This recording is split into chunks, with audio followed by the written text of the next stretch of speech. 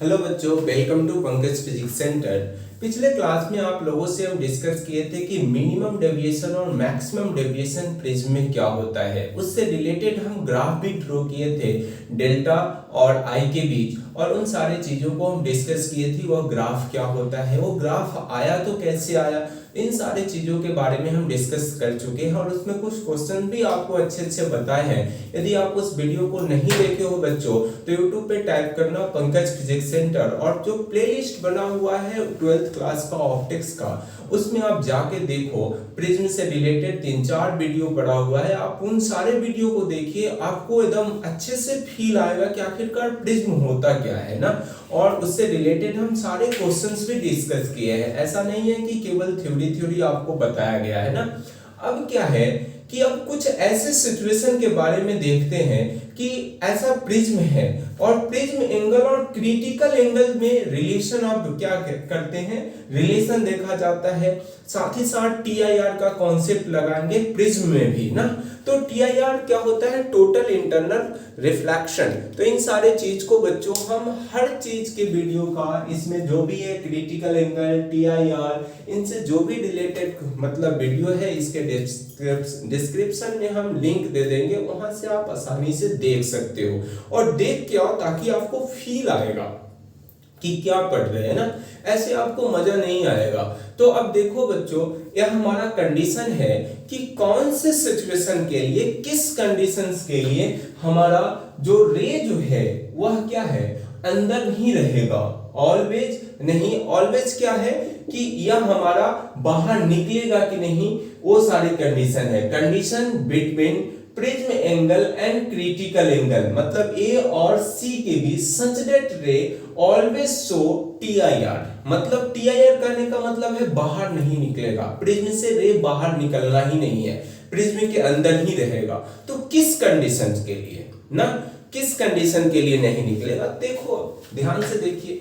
यह हमारा प्रिज्म है ना, यह प्रिज्म है, कोई दिक्कत क्या। यहां से रे आया, इंसिडेंट रे, तो यहां पे आई।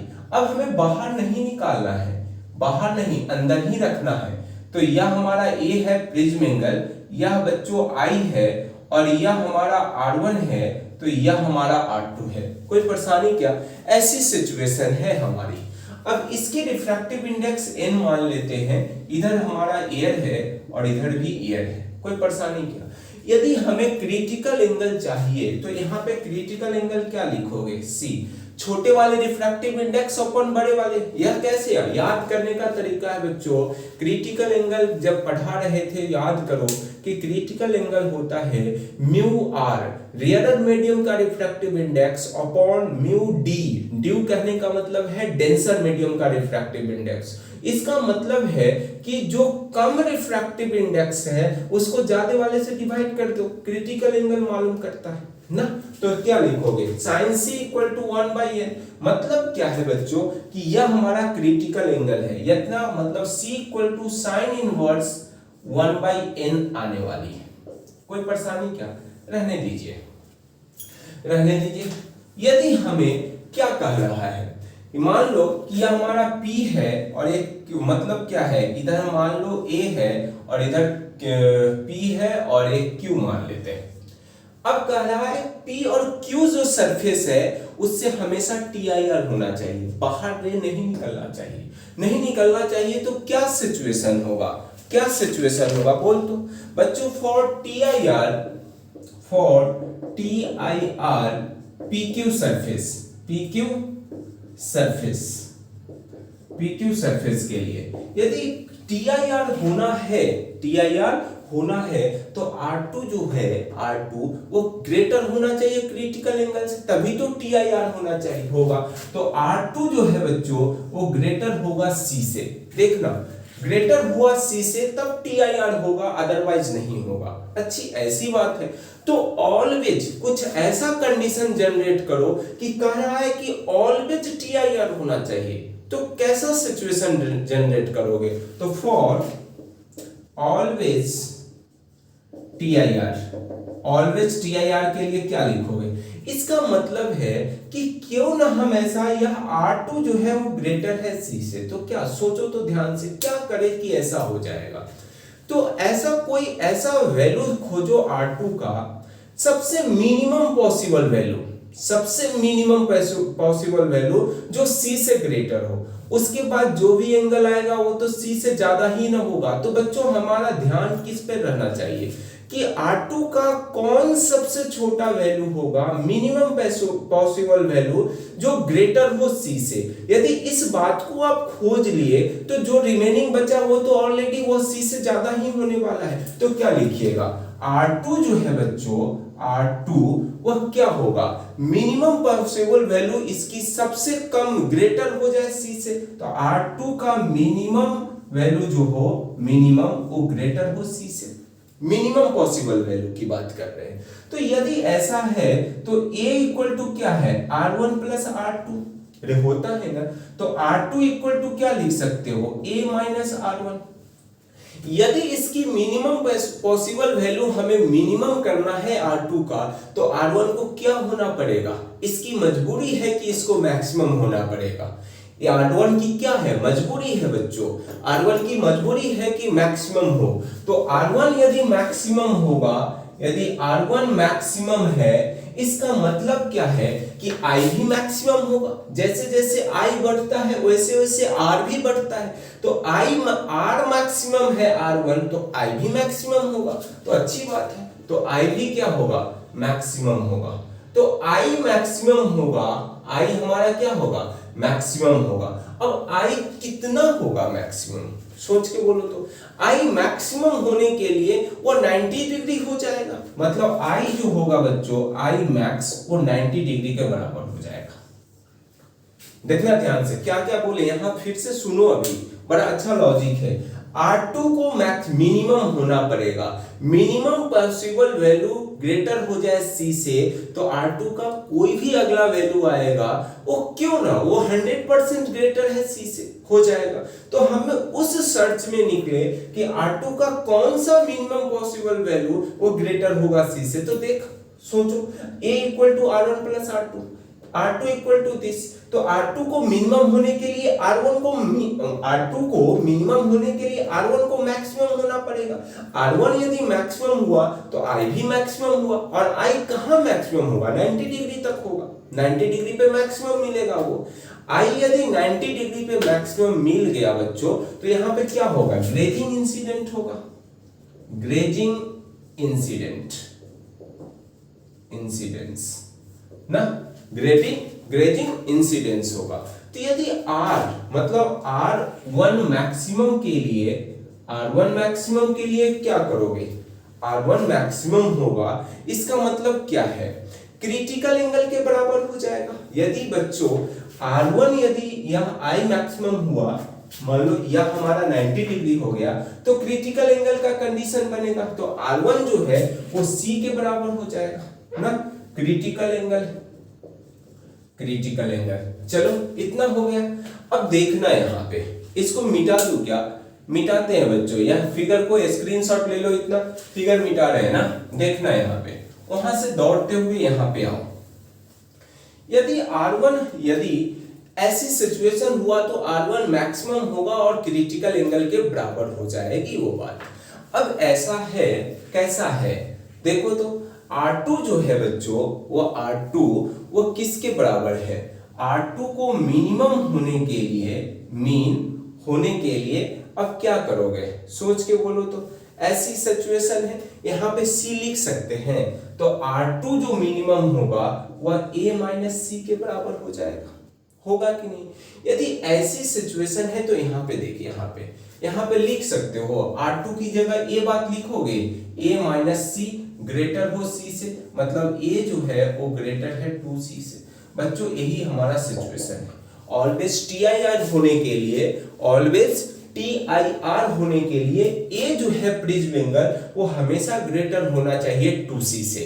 यही रिलेशन है प्रिज्म एंगल और क्रिटिकल एंगल में, और तब ऐसी सिचुएशन होगा तो ऑलवेज TIR होगा सब PQ के सरफेस से ना। तो ये सारा सिचुएशन है, समझ में आना चाहिए ना।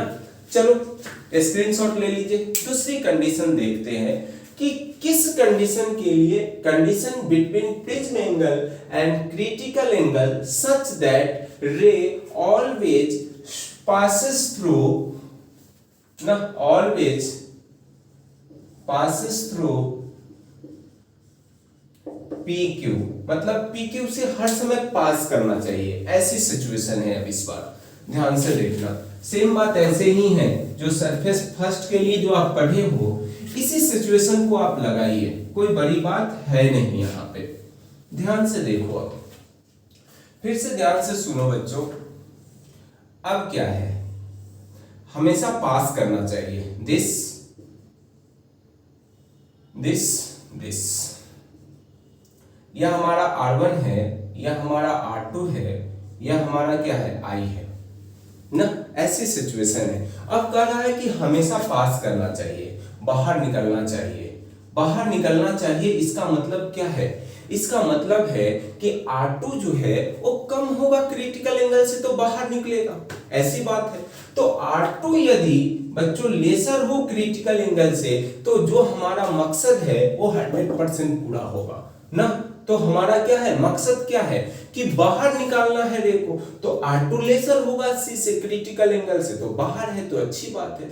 अब कहोगे कि ऑलवेज होना चाहिए ना, फॉर ऑलवेज, ऑलवेज के लिए, फॉर ऑलवेज के लिए क्या सोचोगे, ऑलवेज के लिए यदि ऐसा है तो इसको क्या है, यह हमेशा मैक्सिमम, क्यों ना इसकी R2 की मैक्सिमम वैल्यू हम क्या कर ले, क्रिटिकल एंगल से कम कर ले ना, क्यों ना। ऐसी बाहर जाने के लिए तो क्या करोगे, ध्यान से देखो, ध्यान से देखो, सुनो, उल्टा बोले हैं हम, फिर से देखो। R2 हमारा क्या है, लेसर होना चाहिए क्रिटिकल एंगल से, तब हमारा रे बाहर निकलेगा। क्या रिलेशन है, फॉर ऑलवेज के लिए R2 equal to A minus R1, ऐसा। यदि ऐसी है सिचुएशन, हमेशा कम होना चाहिए, तो R1 को क्या करें हम, मिनिमम कर ले। R1 को R2 को मैक्सिमम करना है, तभी तो R2 को मैक्सिमम बना लो, और वह मैक्सिमम वैल्यू हो जाए तो हमेशा C से कम ही होगा ना। तो यदि मैक्सिमम बनाना है तो R1 को क्या होना पड़ेगा, इसको मैक्स करना है बच्चों, तो इसको मीन होना मजबूरी है, इसको मिनिमम होना मजबूरी है। यदि यह मिनिमम है, यदि बच्चों R1 यदि हमारा मीन है, तो I भी मिनिमम होगा। यदि I मिनिमम है, इसका मतलब I मिनिमम है, तो I कितना मिनिमम हो सकता है, 0 डिग्री हो सकता है। I मिनिमम है, इसका मतलब है 0 डिग्री। यदि 0 डिग्री है तो मिनिमम है, तो याद करो कि R2 इक्वल टू हम लिख सकते हैं A, यहां से यह तो 0 हो गया ना, यह यदि मान लो यह मिनिमम है, तो I हमारा क्या है, मिनिमम है। यदि I मिनिमम, तो I मिनिमम कितना, 0 डिग्री, तो R2 मैक्सिमम जो होगा, R2 मैक्सिमम जो होगा इक्वल टू A के बराबर होगा, A के बराबर। यदि A के बराबर है तो क्या हम यहाँ पे R2 की जगह हम ये बात लिख सकते हैं, A लेसर देन C, कोई परेशानी क्या। तो A लेसर देन C का सिचुएशन होगा तो क्या होगा, हमेशा रे बाहर निकलेगा, कौन से, PQ जो सरफेस आप माने हो उससे बाहर निकलेगा। कोई रॉकेट साइंस है कि आपको कॉन्सेप्ट लगाना है, बल्कि आना चाहिए। तो पहला केस क्या पढ़े कि हमेशा TIR होने के लिए सिचुएशन है कि A ग्रेटर देन 2C होना चाहिए, और ऑलवेज बाहर आने के लिए क्या होना चाहिए, A लेस देन C होना चाहिए।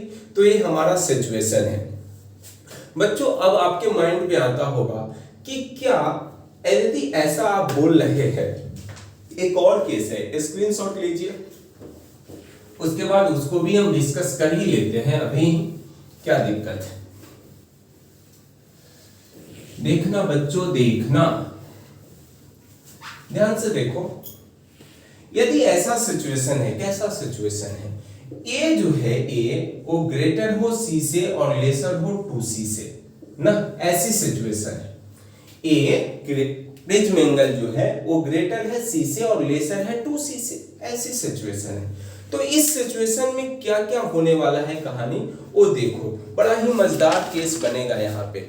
एक बात देखो बच्चों, यहाँ पे ध्यान से देखना, यह हमारा प्रिज्म है कि नहीं, यह हमारा एंगल A है। इस समय हमारा AI जो है I, वो हमारा क्या है, बिल्कुल गलत सा फिगर बना। यहाँ पे देखो, अभी सही से देखना, थोड़ा सा ए है। अब यहाँ पे जो एंगल जो आई जो है वो हम मानते हैं कि आई जो है हमारा 0 डिग्री है ना, 0 डिग्री।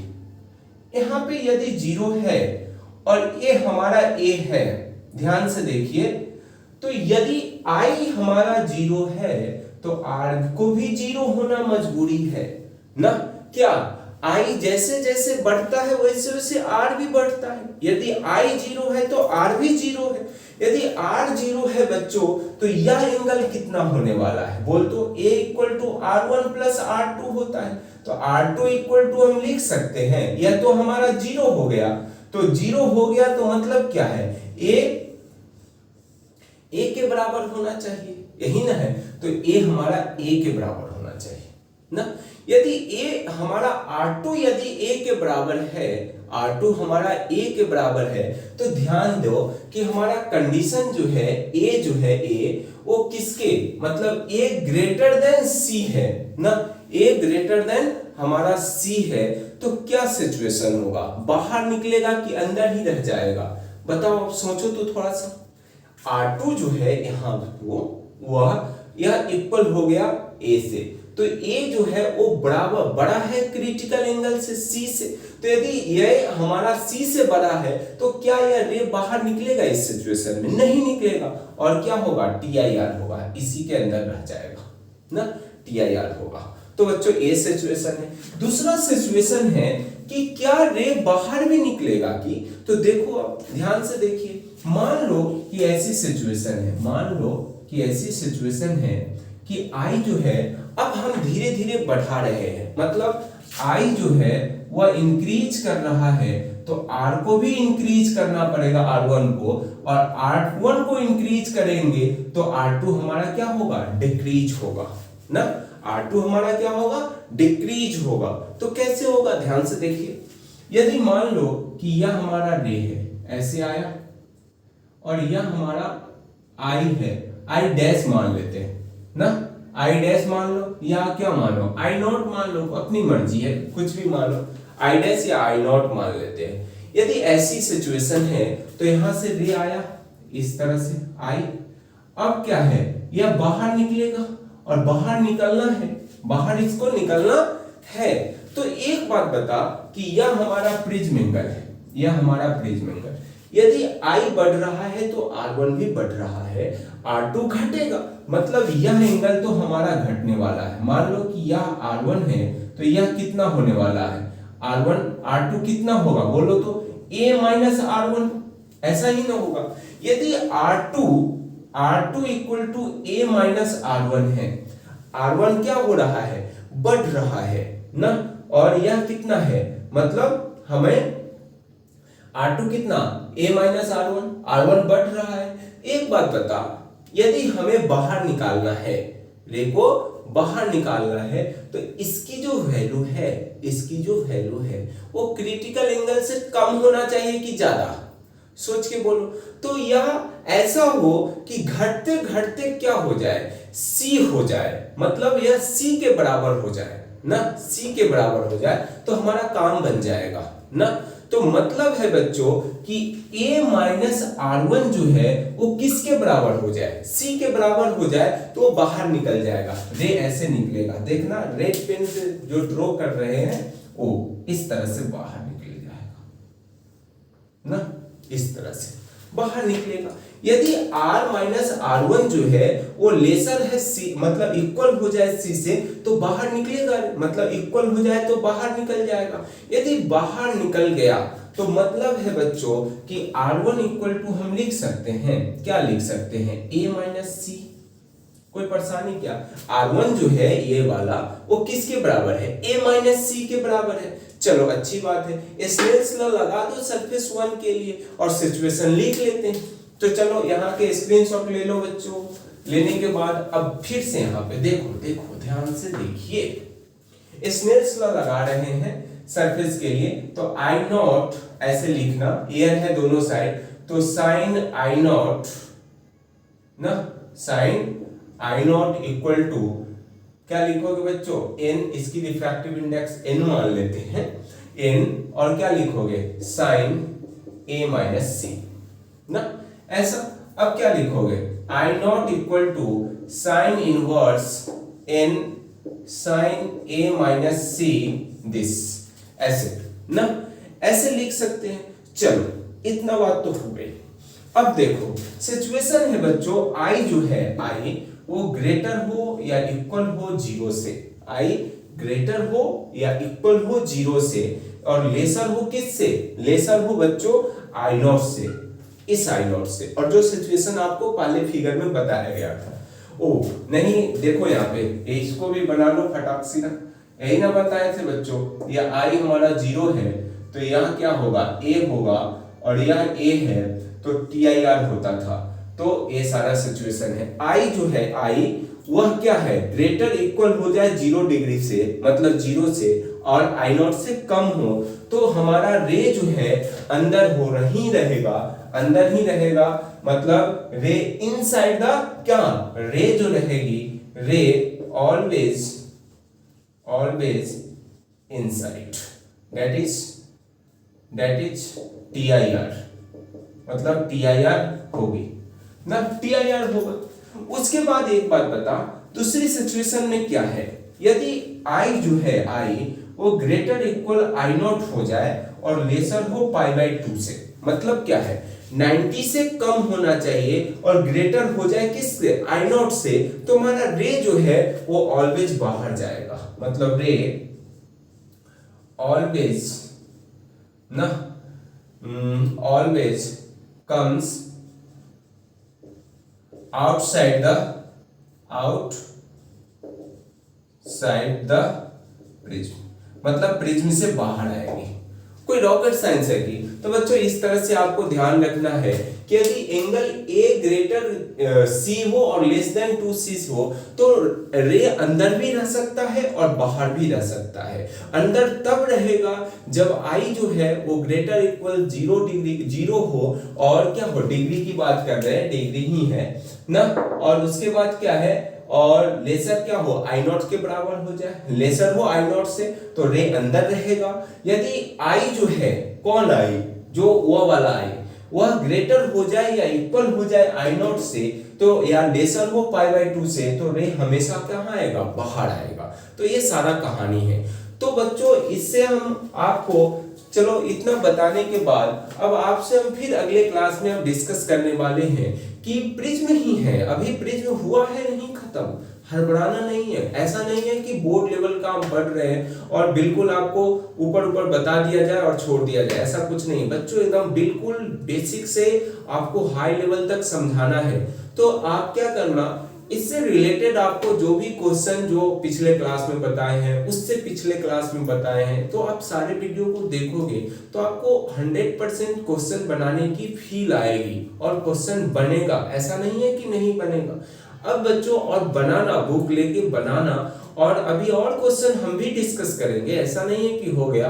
अब अगले क्लास में हम डिस्कस करने वाले हैं कि डिस्पर्जन क्या होता है। जैसे आप 7 कलर में डिस्ट्रीब्यूट हो जाता है व्हाइट लाइट को जब प्रिज्म से क्या करते हैं, पास करते हैं, तो उससे रिलेटेड जो भी और अच्छे अच्छे कॉन्सेप्ट है, उन सारे कॉन्सेप्ट के बारे में हम डिटेल स्टडी करेंगे। तो बच्चों हम फिर अगले क्लास में आपसे मिलते हैं। That's it.